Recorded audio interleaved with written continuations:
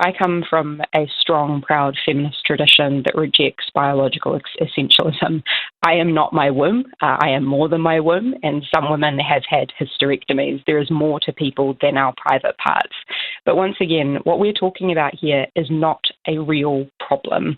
However, if we are to look at, for example, the Counting Ourselves report that was released in February of this year, which surveyed trans and non-binary people, around 2,500 of them across the country, we can see very clearly that there is right now immediate and pressing issues with regard to the exclusion, the harm and the hatred that they are subjected to, whereby 77% of them have experienced high or very high psychological distress. We are seeing New Zealand First rinsing the biscuit tin with the latest outrage.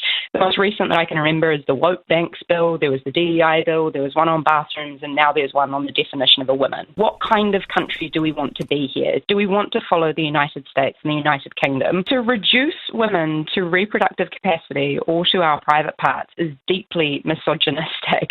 A woman who gets a hysterectomy or who cannot get pregnant is still a woman.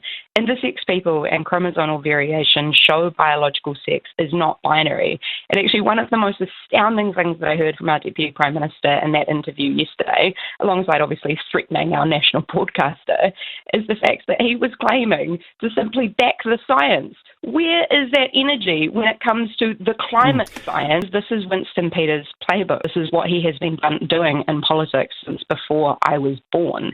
He has been picking a minority group to bully in order to create confusion, chaos, fear, and to make enough people angry so that he gets just above the necessary 5% to return to Parliament. This is not about the people. It's really clear.